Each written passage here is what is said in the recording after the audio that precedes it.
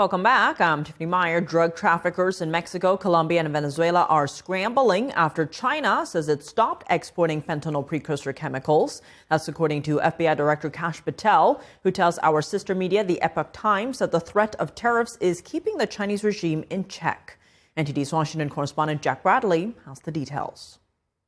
When we surveil and monitor and investigate these folks, we see that they are complaining about not having the necessary ingredients and mechanics to make fentanyl. That is an immediate impact that they haven't complained about in years. FBI Director Kash Patel says drug traffickers in South America are struggling to find the chemicals used to make fentanyl after the supply from China has run dry.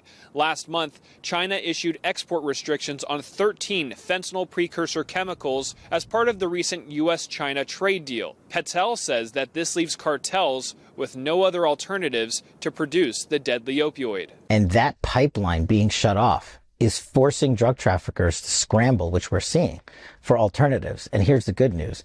They know and we know there aren't any. That's why we came up with this list. As part of the U.S.-China trade deal, President Trump lowered the fentanyl tariff on China from 20 to 10%. And Patel says that this gives the U.S. tariff leverage over China so that they can uphold their end of the deal.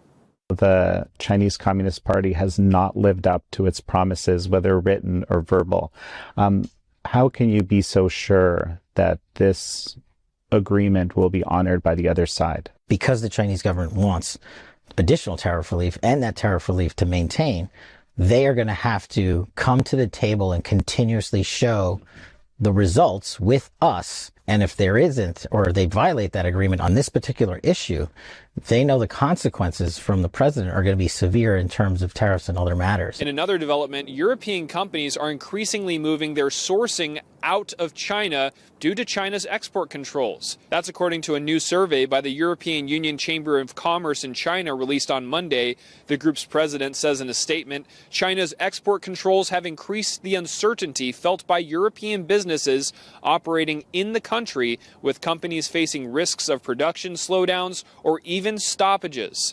Out of over 130 companies, more than a third say they plan to work with suppliers outside of China, while most say they're not sure how to respond to China's export controls.